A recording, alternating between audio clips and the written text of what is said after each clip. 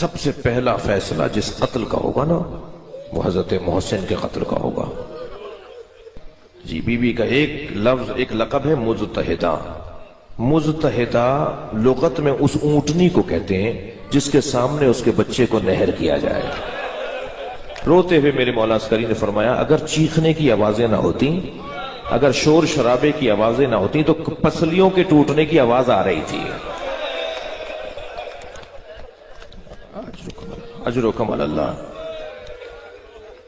ایک ظالم کہتا ہے جب دروازہ جلتا ہوا گرا نا اور ہم گھر میں گھس رہے تھے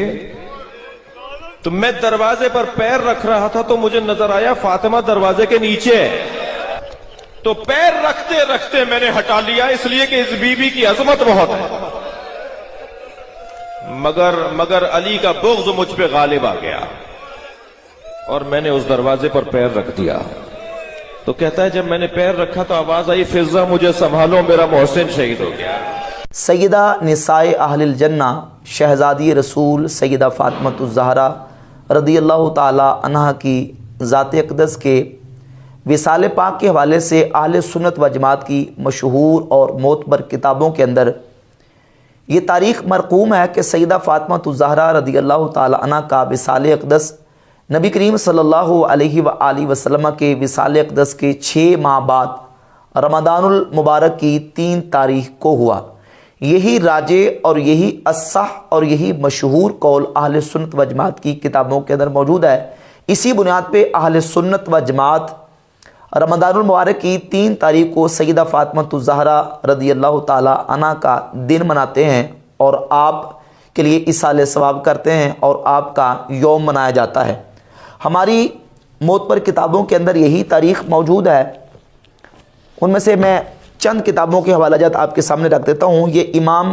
محمد بن سعد کی کتاب ہے الطبقات الکبریٰ، سیرت کی جو مشہور کتابیں ان میں سے ایک کتاب ہے۔ اس کی جلد نمبر 4 کے صفحہ نمبر 257 پہ، اور اس کے علاوہ امام بخاری کی یہ کتاب التاریخ الصغیر اس کے صفحہ نمبر 21 پر، اور یہ حافظ ذہبی کی کتاب ہے سیر اعلام النبلاء اس کی جلد نمبر 3 صفحہ 417 پہ، اور یہ حافظ ابن کثیر کی کتاب ہے البدایہ والنہایہ جلد نمبر 6 صفحہ نمبر 365 پہ حافظ ابن کثیر نے لکھا ہے کہ وَبَعْدَهُ بِسِتَّةِ أَشْهُرٍ عَلَى الْأَشْهَرِ، مشہور قول کے مطابق رسول اللہ صلی اللہ علیہ وآلہ وسلم کے وصال اقدس کے 6 ماہ بعد سیدہ فاطمہ رضی اللہ تعالیٰ عنہ کا وصال اقدس ہوا۔ اس کے علاوہ ہماری اہل سنت کی بہت ساری مشہور اور معتبر کتابوں کے اندر مثلا تاریخ مدینہ المنورہ امام ابن شبہ، اور اس کے علاوہ صفت الصفوہ امام ابن الجوزی کی اس کے صفحہ نمبر 286 پہ، اور علامہ سمہودی کی وفاء الوفا کی جلد 3 صفحہ 92 پہ، اور تاریخ الصحابہ امام ابن حبان کی صفحہ نمبر 208 پہ، اور دیگر کتابوں کے اندر اسی سے ملتے جلتے اقوال جو ہے وہ موجود ہیں۔ اور صحیح مشہور اور راجع قول یہی ہے کہ سیدہ فاطمہ رضی اللہ تعالیٰ عنہ کا وصال اقدس نبی کریم علیہ الصلوۃ والسلام کے وصال اقدس کے 6 ماہ بعد رمضان المبارک کی 3 تاریخ کو ہوا۔ اس کے برخلاف روافظ کے ہاں سیدہ فاطمہ الزہرا رضی اللہ تعالی عنہا کی طبعی وفات نہیں ہوئی، طبعی طور پہ ان کا وصال نہیں ہوا، بلکہ ان کو قتل کیا گیا ہے اور ان کو شہید کیا گیا ہے، اور وہ سارے کا سارا بلیم صحابہ کرام علیہم رضوان کی ذوات کے اوپر بالخصوص سیدنا عمر فاروق رضی اللہ تعالی عنہ کے اوپر لگاتے ہیں، اور اس انداز سے اس جھوٹے واقعے کو بیان کرتے ہیں کہ یہ واقعہ جس انداز سے روافظ بیان کرتے ہیں اس میں توہین اہل بیت بھی ہے، توہین سیدہ فاطمہ الزہرا رضی اللہ تعالی عنہا بھی ہے، بنو ہاشم کی اس میں توہین ہے، اور جس انداز سے یہ واقعہ بیان کرتے ہیں عقلاً نقلاً عرفاً روایتاً درایتاً کسی طرح بھی یہ واقعہ درست ثابت وہ نہیں کر سکتے، بلکہ اس میں مولا علی کی بھی توہین ہے کہ مولا علی رضی اللہ تعالیٰ عنہ کی موجودگی میں آپ کے ہوتے ہوئے اس انداز سے سیدہ فاطمہ الزہرا رضی اللہ تعالیٰ عنہا کی ذات اقدس پر نعوذ باللہ تعالیٰ اگر ظلم ہوا ہوتا تو مولا علی کی غیرت کے اوپر نعوذ باللہ تعالیٰ ایک سوالیہ نشان جو ہے وہ سوالیہ نشان اٹھتا ہے اور لگتا ہے، جس انداز سے روافظ اس واقعے کو بیان کرتے ہیں۔ اور یہ واقعہ کس انداز سے بیان کرتے ہیں؟ ایک تو اس انداز سے کہ سیدہ فاطمہ الزہرا رضی اللہ تعالیٰ عنہ کے گھر کو نعوذ باللہ تعالیٰ آگ لگا دی گئی، ان کا گھر کا دروازہ توڑ دیا گیا اور سیدہ پاک رضی اللہ تعالیٰ عنہ دروازے کے نیچے آ گئیں اور ان کی مبارک پسلی ٹوٹ گئی اور ان کے ہاں بچے کی ولادت ہونے والی تھی، وہ بچہ بھی شہید ہو گیا، اور یہ کام عمر بن خطاب نے کیا ہے نعوذ باللہ تعالیٰ۔ اور یہ ایک اور کتاب ان کی الاختصاص، روافظ کے بہت بڑے عالم شیخ مفید کی، اس کے صفحہ نمبر 185 پہ واقعہ شیخ مفید نے اس طرح بیان کیا کہ سیدہ فاطمہ رضی اللہ تعالیٰ عنہ ابو بکر کے پاس آئیں اور ابو بکر کو آ کے کہا کہ یہ باغ فدق رسول اللہ صلی اللہ علیہ وسلم نے مجھے دے دیا تھا، لہذا یہ مجھے دے دیا جائے۔ ابو بکر نے لکھ کے دے دیا کہ ٹھیک ہے، یہ میں باغ آپ کو دیتا ہوں، آپ یہ میرا لکھا ہوا لے جائیں۔ اور فدعا بکتاب فکتبہ لہا برد فدق، ایک کاغذ یا کچھ چیز منگوائی جس پر لکھنا تھا، تو ابو بکر نے لکھ کے دے دیا کہ باغ فدق ان کو دے دیا جائے۔ فخرجت والکتاب معہا، جب سیدہ وہاں سے نکلی تو وہ لکھا ہوا نوشتہ ان کے ہاتھ میں موجود تھا۔ فلقیہا عمر، تو رستے میں ان کو عمر ملے اور کہا یا بنت محمد ما ھذا الکتاب، اے محمد صلی اللہ علیہ وسلم کی بیٹی، یہ آپ کے ہاتھ میں لکھا ہوا کیا ہے؟ الذی معکی، جو آپ کے پاس ہے۔ فقالت، تو آپ نے کہا کتاب کتب لی ابو بکر برد فدق، یہ وہ نوشتہ ہے جو ابو بکر نے فدق کے حوالے سے مجھے لکھ کے دے دیا ہے۔ فقال حلمیہ الیہ، تو عمر نے کہا کہ یہ دکھائیں ذرا مجھے، میری طرف لے کے ہیں۔ فابت ان تدفعہ الیہ، تو سیدہ نے انکار کیا کہ میں تمہیں یہ نہیں دکھاؤں گی۔ نعوذ باللہ تعالیٰ، آگے جملہ یہ لکھا ہے شیعہ کے عالم مفید نے کہ فرفسہا برجلہ وکانت حاملہ بابن اسمہ المحسن فاسقطت المحسن من بطنہا۔ نعوذ باللہ تعالیٰ، نعوذ باللہ لکھتا ہے کہ عمر نے پھر ان کو ٹھڈے مارے، ان کے ہاں بچے کی ولادت ہونے والی تھی جس کا نام محسن تھا، تو وہ محسن شہید ہو گئے۔ ثم لاتمہا، پھر عمر نے سیدہ پاک رضی اللہ تعالیٰ عنہ کو نعوذ باللہ تعالیٰ، نعوذ باللہ تعالیٰ تمانچے مارے۔ یہ ایک جھوٹا واقعہ اور مکذوبہ واقعہ مفید نے اپنی کتاب الاختصاص میں صفحہ 185 پہ اس انداز سے بیان کیا۔ ایک طرف یہ کہتے ہیں کہ شیخ مفید نے الاختصاص کا صفحہ 185 پہ لکھا کہ سیدہ ابو بکر کے پاس گئیں، ابو بکر نے لکھ کے دے دیا، تو عمر نے رستے میں نعوذ باللہ تعالیٰ ان کے خلاف یہ معاملہ کیا اور ان پر یہ ظلم کیا۔ اور دوسری طرف یہ کہتے ہیں کہ سیدہ پاک کے گھر کو آگ لگا دی گئی اور دروازہ توڑ دیا گیا اور دروازے کے نیچے آپ آ گئیں اور آپ کی پسلی مبارک ٹوٹ گئی۔ اس انداز سے یہ جو نا وہ متضاد قسم کے دعوے کر کے سیدنا عمر فاروق رضی اللہ تعالیٰ عنہ کے خلاف ایک منفی پراپوگنڈا کرتے ہیں۔ اور اس مہینے کے اندر باقاعدہ طور پہ یہ باقاعدہ طور پہ جلوس اور ریلیاں اور اس طرح سے یہ ایک پورا منظم طریقے سے صحابہ کے کرام کے خلاف جو ہے نا وہ ایک پراپوگنڈا کرنے کی کوشش کرتے ہیں۔ اب اس سلسلہ میں تمام پوری دنیا کے رافضی علماء کے اوپر ایک سوال قائم ہوتا ہے، اور وہ سوال یہ قائم ہوتا ہے کہ تم یہ جو دعویٰ کرتے ہو کہ سیدہ پاک رضی اللہ تعالی عنہ کے ساتھ نعوذ باللہ تعالیٰ اس طرح ظلم ہوا، تو مولا علی اس وقت کہاں تھے؟ مولا علی اس وقت کہاں تھے؟ کیا مولا علی رضی اللہ تعالیٰ عنہ پر عقلاً، شرعاً، عرفاً، اخلاقاً یہ ضروری نہیں تھا کہ وہ اپنی زوجہ اور رسول اللہ صلی اللہ علیہ وسلم کی بیٹی حضور کی شہزادی سیدہ فاطمہ الزہرا رضی اللہ تعالی عنہ کی ذات اقدس کا دفاع کرتے؟ کیا ایک شوہر کی غیرت کا تقاضا نہیں ہے کہ اس کی بیوی کے خلاف کو اس انداز سے اس کی بیوی کی انسلٹ اور توہین کرے؟ تو کیا شوہر پر اخلاقاً ضروری نہیں ہے کہ وہ اپنی بیوی کی حرمت کا لحاظ کرے اور پاس کرے اور دفاع کرے؟ کیا مولا علی پر یہ لازم نہیں تھا کہ وہ سیدہ پاک کا دفاع کرتے اور سیدہ رضی اللہ تعالی عنہ کی مدد کرتے؟ مولا علی نے اس موقع پر یہ کیوں نہیں کیا؟ کیا بنو ہاشم پر لازم نہیں تھا؟ کیا رسول اللہ صلی اللہ علیہ وسلم کے خاندان کے افراد اس وقت موجود نہیں تھے؟ بلکہ نبی کریم علیہ الصلوۃ والسلام کے تمام صحابہ جتنے اس وقت وہاں موجود تھے، کیا ان پر لازم نہیں تھا؟ چلیں صحابہ کی بات تو ایک سائڈ پہ رہے، کیونکہ صحابہ کے بارے میں تو ان کا یہ عقیدہ اور نظریہ یہ ہے کہ نعوذ باللہ تعالیٰ نبی کریم علیہ الصلوۃ والسلام کی دنیا سے پردہ کرتے ہی 4 مسلمان باقی بچے تھے، باقی سارے مرتد ہو گئے تھے۔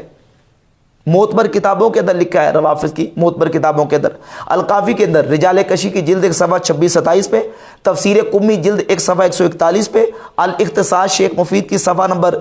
6 پہ، حیات القلوب ملا باقر مجلسی کی یہ جلد نمبر 2 صفحہ نمبر 923 پہ، اور عین الحیات کے صفحہ 3 پہ، حق الیقین تفسیر عیاشی، اور بڑی بڑی ان کی کتابوں کے اندر یہ بات موجود ہے کہ نعوذ باللہ تعالیٰ رسول اللہ صلی اللہ علیہ وآلہ وسلم کے وصال اقدس کے بعد 3 یا 4 مسلمان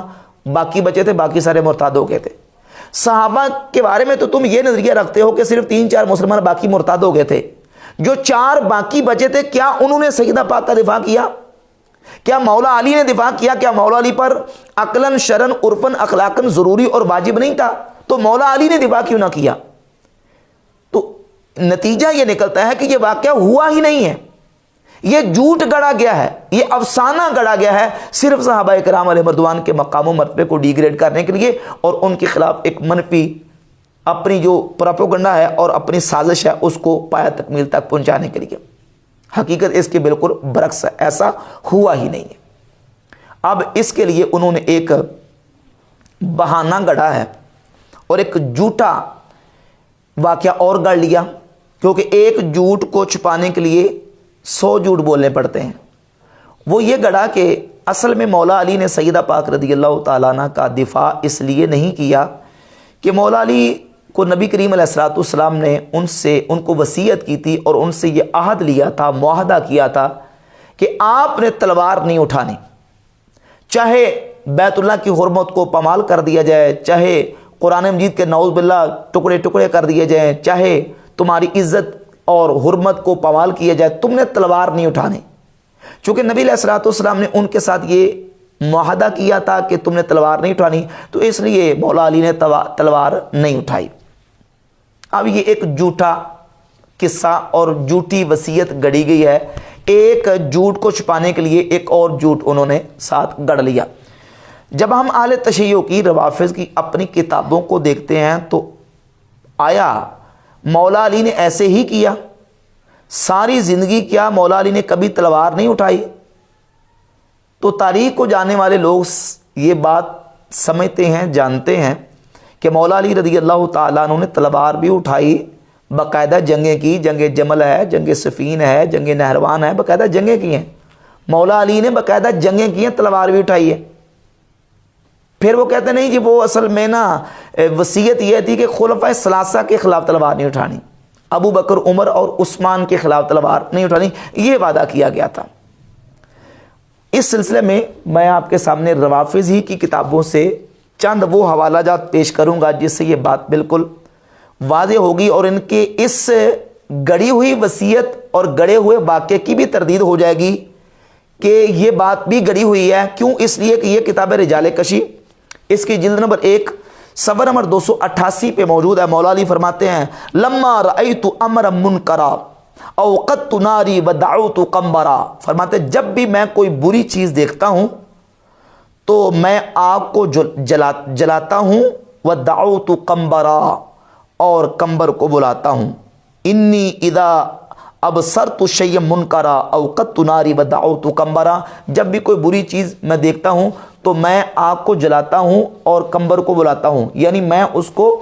آگ میں ڈال دیتا ہوں جو کوئی برا عقیدہ اور کفری عقیدہ یا اس طرح کی کوئی چیز لے کے آتا ہے۔ یہ ملا باقر مجلسی کی کتاب ہے،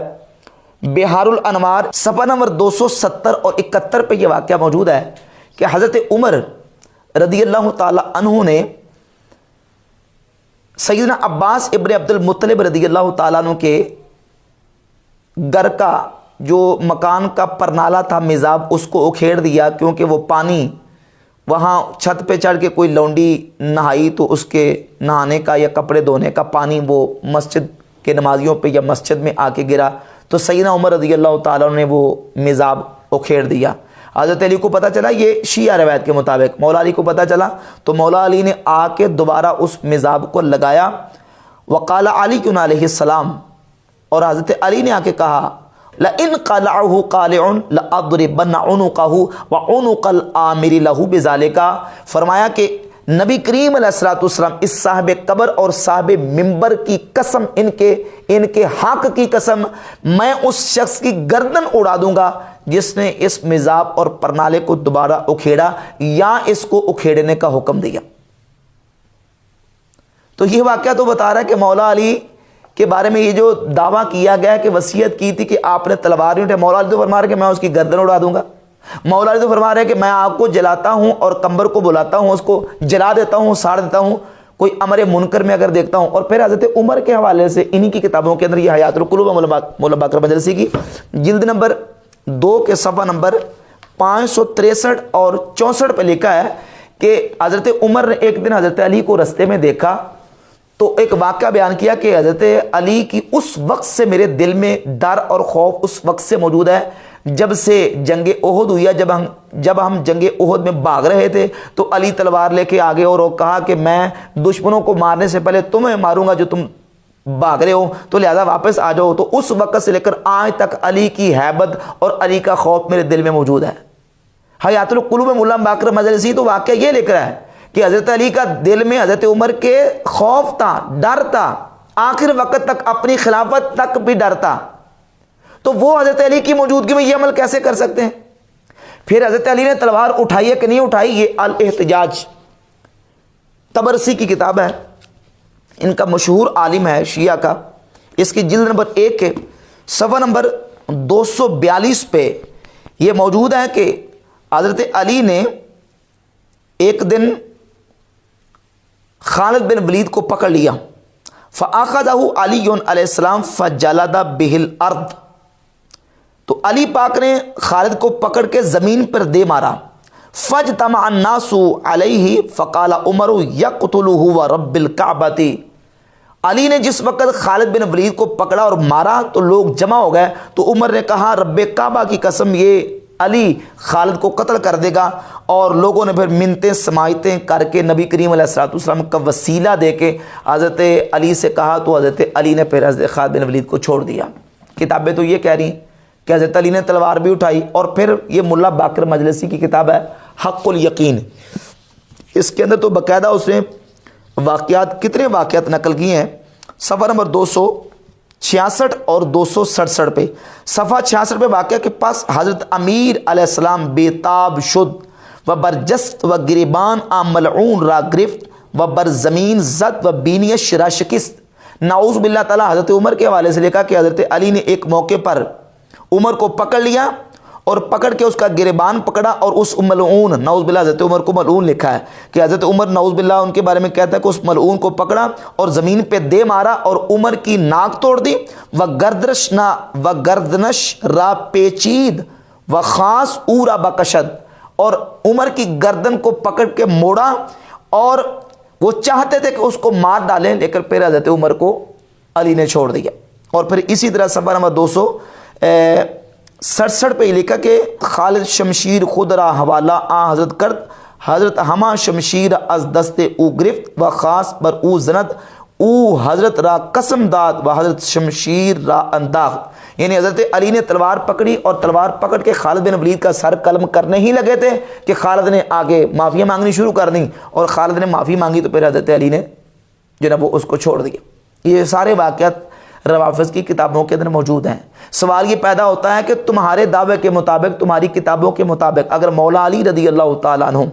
وہ خالد بن ولید کو پکڑ سکتے ہیں، نعوذ باللہ حضرت عمر کو مار سکتے ہیں، اور دیگر تلوار کے ساتھ جو نا وہ اپنے دشمنوں کے ساتھ مقابلہ کر سکتے ہیں، تو مولا علی رضی اللہ تعالیٰ عنہ نے سیدہ فاطمہ الزہرا رضی اللہ تعالیٰ عنہ کا بدلہ کیوں نہیں لیا؟ سیدہ پر اگر نعوذ باللہ اس طرح ظلم ہوا تھا تو مولا علی نے ان کا دفاع کیوں نہیں کیا؟ یہ اس بات کی واضح دلیل ہے کہ واقعہ ہوا ہی نہیں۔ اور پھر سب سے بڑا حوالہ اس سلسلہ میں یہ مولا علی کی طرف منسوب خطبات ہیں، نہج البلاغہ، نہج البلاغہ کا خطبہ نمبر 3 ہے، جس کو خطبہ شکشکیہ کہا جاتا ہے، صفحہ نمبر 88 پہ۔ اس کا ترجمہ پڑھ کے سناتا ہوں کہ لکھا کہ میں نے خلافت کے آگے پردہ لٹکا دیا اور اس سے پہلو تہی کر لی، اور سوچنا شروع کیا کہ اپنے کٹے ہوئے ہاتھوں سے حملہ کروں یا اس سے بیانک تیرگی پر صبر کر لوں، جس میں سن رسیدہ بالکل ضعیف اور بچہ بوڑھا ہو جاتا ہے۔ اصل میں اس میں یہ لکھا کہ گویا کہ حضرت علی یہ کہہ رہے تھے کہ چونکہ میرے پاس اس وقت انصار و اوان و آیان موجود نہیں ہیں میرے ساتھ بدر کرنے والے، تو اس لیے چونکہ گویا کہ میں کٹے ہوئے ہاتھوں کے ساتھ ہوں، اس لیے میں ان کے خلاف جو نا وہ تلوار نہیں اٹھا سکتا۔ اور انہی کتابوں کے اندر یہ ملا باقر مدرسی کی حق کو یقین ہے، اس کے صفحہ نمبر 288 بھی لکھا کہ مولا علی فرماتے ہیں اگر میرے پاس 40 ایسے افراد ہوں جو باوفا ہوں تو میں تلوار لے کے ابو بکر کے خلاف کھڑا ہو جاؤں۔ تو وہ وصیت والی بات کہاں گئی؟ تم تو یہ کہہ رہے تھے کہ نبی کریم علیہ السلام نے ان کو وصیت کی تھی کہ تم نے تلوار نہیں اٹھانی۔ حق الیقین کے اندر لکھا ہے کہ مولا علی فرماتے ہیں میرے پاس 40 افراد ہوں باوفا تو میں ابو بکر کے خلاف تلوار اٹھاؤں۔ خطبہ شکشکیہ خطبہ نمبر 3 میں یہ لکھا ہے کہ میرے پاس میں سوچ رہا ہوں کہ کٹے ہاتھوں کے ساتھ میں کس طرح ان کے خلاف حملہ کروں۔ تو پتہ چلا کہ وصیت والی بات بھی صحیح نہیں ہے، جھوٹی بات ہے، یہ ہوا ہی نہیں اس طرح۔ اب یہ ساری روافض کی کتابیں ہیں جس کے اندر مولا علی کا نعوذ باللہ تعالیٰ صحابہ کرام کے خلاف لڑنا، قتال کرنا، تلوار اٹھانا، یہ ساری چیزیں موجود ہیں، جبکہ اہل سنت و جماعت کے ہاں بحمد تعالیٰ صحیح احادیث موجود ہے کتب احادیث کے اندر کہ مولا علی رضی اللہ تعالیٰ عنہ سیدنا ابو بکر صدیق سے بھی محبت کرتے تھے، حضرت عمر فاروق سے بھی محبت کرتے تھے۔ صحیح بخاری کے اندر 3677 نمبر حدیث ہے، سیدنا عبداللہ ابن عباس رضی اللہ تعالیٰ عنہما فرماتے ہیں کہ حضرت عمر فاروق رضی اللہ تعالیٰ کی شہادت کے بعد آپ کا جسم چارپائی پہ رکھا ہوا تھا، صحابہ کرام آ رہے تھے اور آ کے حضرت عمر کے لیے دعا کر رہے تھے، مولا علی بھی آئے اور مولا علی نے آ کے حضرت عمر کے لیے دعا کی۔ عبداللہ بن عباس کہتے ہیں میں ابھی کھڑا تھا، میرے پیچھے ایک شخص آیا اور اس نے آ کے میرے کندھے پہ ہاتھ رکھ لیا اور آ کے کہنے لگا کہ اللہ عمر پہ رحم فرمائے، میں نے اکثر طور پر رسول اللہ صلی اللہ علیہ وآلہ وسلم سے سنا ہے، نبی کریم علیہ الصلوۃ والسلام اکثر یہ فرمایا کرتے تھے کنت ابو بکر عمر فعلت ابو بکر عمر وانطلقت ابو بکر عمر، میں تھا اور ابو بکر تھا اور عمر تھا، میں نے کیا اور ابو بکر نے کیا اور عمر نے کیا، میں چلا اور ابو بکر چلا اور عمر چلا۔ عبداللہ بن عباس کہتے ہیں جس وقت میں نے پیچھے پلٹ کے دیکھا تو وہ حضرت علی تھے، حضرت علی جو حضرت سیدنا عمر فاروق اور حضرت صدیق اکبر رضی اللہ تعالیٰ عنہما کی منقبت بیان کر رہے تھے۔ صحیح بخاری کے اندر 3671 نمبر حدیث ہے، محمد ابن حنفیہ مولا علی کے بیٹے نے آپ سے پوچھا ابو جان یہ بتائیں کہ نبی کریم علیہ الصلوۃ والسلام کے بعد کون ہستی سب سے افضل ہے؟ تو حضرت علی نے فرمایا کہ ابو بکر۔ کہتے ہیں میں نے پوچھا ان کے بعد؟ تو کہا کہ ان کے بعد حضرت عمر۔ تو مولا علی تو ان کی شان بیان کر رہے ہیں۔ جامع ترمذی کتاب المناقب میں حدیث موجود ہے، مولا علی کہتے ہیں کہ میں نبی کریم علیہ السلام کی بارگاہ میں موجود تھا، ابو بکر اور عمر آئے تو نبی کریم علیہ الصلوۃ والسلام نے فرمایا کہ اے علی یہ جو دونوں آ رہے ہیں یہ جنتی نوجوانوں اور بوڑھوں کے سردار ہیں، نبیوں اور رسولوں کے بعد ان کو خبر نہیں دینی۔ حضرت علی تو ابو بکر عمر کی شان بیان کر رہے ہیں۔ مسند احمد ابن حنبل کی پہلی جلد میں امام احمد ابن حنبل حدیث نمبر 1058 اور 1062 لے کے ہے کہ مولا علی فرماتے ہیں کہ رسول اللہ صلی اللہ علیہ وآلہ وسلم کی وصال اقدس کے بعد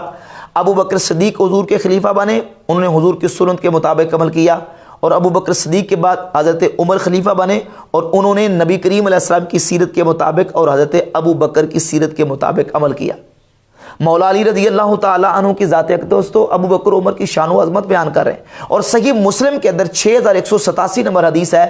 کہ مولا علی حضرت عمر کی شہادت کے موقع پر یہ کہہ رہے تھے کہ اے عمر آپ نے اپنے بعد کوئی ایسا شخص نہیں چھوڑا کہ جس کے بارے میں یہ تمنا کرتا ہوں اور میں پسند کرتا ہوں کہ قیامت کے دن اس کے اعمال لے کر میں اللہ کی بارگاہ میں حاضر ہوں، یعنی میں یہ شوق رکھتا ہوں کہ قیامت کے دن میرے ہاتھ میں عمر کا نامہ اعمال ہو۔ یہ صحیح مسلم کی 6187 نمبر حدیث ہے، 6187 نمبر حدیث ہے۔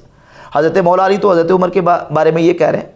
مصنف ابن ابی شیبہ میں حدیث موجود ہے کہ مولا علی اکثر طور پر ایک چادر اپنے پاس لے کے رکھا کرتے تھے، تو کسی نے یہ پوچھا کہ آپ اکثر یہ چادر استعمال کرتے ہیں؟ تو مولا علی رضی اللہ تعالیٰ عنہ نے فرمایا کہ یہ چادر مجھے میرے صدیق، میرے رفیق، میرے دوست عمر نے مجھے ہدیہ اور گفٹ کی ہے، اس لیے میں یہ چادر استعمال کرتا ہوں۔ مصنف ابن ابی شیبہ میں ایک اور روایت موجود ہے کہ سیدنا ابو بکر صدیق رضی اللہ تعالیٰ عنہ نے اپنے وقت وصال یہ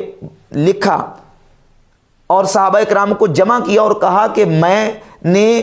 عہدت عہدن، میں نے ایک عہد لکھ دیا ہے، کیا تم اس بات پر راضی ہو؟ تو سب نے کہا ہم راضی ہیں۔ حضرت علی نے کہا میں راضی نہیں ہوں، میں تب راضی ہوں گا اگر آپ نے اس میں حضرت عمر کا نام لکھا ہوگا۔ حضرت عمر کے ساتھ مولا علی کی محبت دیکھیے۔ اور پھر ایک وہ بات میں آپ کے سامنے رکھنے لگا ہوں جو کہ ان روافض کے لیے زہر کا پیالہ پینے کے مترادف ہے، اور وہ اپنی کتابوں سے نہیں، ان کی اپنی کتابوں سے میں آپ کے سامنے ایک حوالہ پیش کرتا ہوں۔ یہ تہذیب الاحکام ہے جو ان کے ہاں کتب اربع کے اندر شامل ہے، الکافی، تہذیب الاحکام اور الاستبصار اور من لا یحذر الفقیہ۔ یہ روایت فروع کافی کے اندر موجود ہے، استبصار کے اندر موجود ہے، الاستبصار کے اندر اور تہذیب الاحکام کے اندر، اور اہل تشیع کی درجن سے زائد کتابوں کے اندر موجود ہے۔ اور وہ یہ ہے کہ مولا علی رضی اللہ تعالی عنہ نے اپنی بیٹی ام کلثوم کا نکاح حضرت عمر کے ساتھ کیا۔ یہ تہذیب الاحکام ہے۔ تہذیب الاحکام کے اندر سند صحیح کے ساتھ یہ روایت موجود ہے، اور روایت کا نمبر ہے 10,738 10,738 نمبر روایت ہے۔ اور اس کے علاوہ الکافی جلد 5 صفحہ نمبر 1338 پہ، تہذیب الاحکام جلد 9 صفحہ نمبر 1339 پہ، الاستبصار جلد 3 صفحہ نمبر 477 پہ، مناقب آل ابی طالب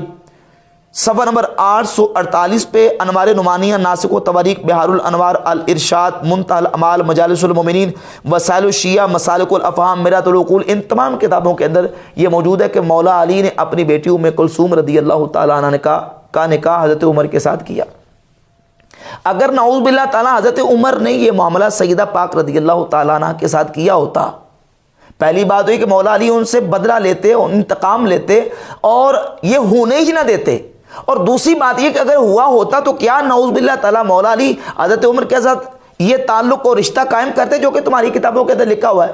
پتہ چلا کہ یہ واقعہ کوئی نہیں ہوا، یہ جھوٹ گڑا گیا اور ایک محض افسانہ گڑا گیا۔ اور پھر اس کے اوپر ایک اور قرینہ جو پیش کرتے ہیں کہ نبی کریم علیہ الصلوۃ والسلام کی بیٹی سیدہ فاطمہ رضی اللہ تعالیٰ عنہ کے ہاں بیٹے کی ولادت ہونے والی تھی جن کا نام محسن تھا، وہ شہید ہو گئے۔ عمر نے نعوذ باللہ تعالیٰ جب جو نا یہ ظلم کیا الیاذ باللہ تعالیٰ، یہ بھی ایک جھوٹا واقعہ ہے۔ وہ اس طرح کی یہ مسند احمد بن حنبل حدیث کی کتاب ہے، اور امام بخاری اپنی کتاب الادب المفرد میں یہ روایت لے کے میرے پاس جو نسخہ ہے دار الاحیاء تراث العربی بیروت لبنان سے، اس کے اندر 771 نمبر حدیث ہے۔ مولا علی رضی اللہ تعالیٰ عنہ نبی کریم علیہ الصلوۃ والسلام کی بارگاہ اقدس میں حاضر ہوئے تو عرض کی حضور اللہ نے بیٹا عطا فرمایا، تو فرمایا کہ ان کا نام کیا رکھا ہے؟ عرض کی حضور ان کا نام حرب رکھا ہے، تو فرمایا نہیں وہ تو حسن ہے۔ پھر امام حسین کی ولادت ہوئی، فرمایا نام کیا رکھا ہے؟ حضور حرب، فرمایا نہیں وہ تو حسین ہے۔ پھر جس وقت حضرت محسن تیسرے بیٹے کی ولادت ہوئی، فرمایا نام کیا رکھا ہے؟ عرض کی یا رسول اللہ ان کا نام میں نے حرب رکھا ہے۔ تو نبی کریم علیہ الصلوۃ والسلام نے فرمایا بل ہوا محسن، بلکہ وہ تو محسن ہے۔ سمیتہم باسماء ولد ہارون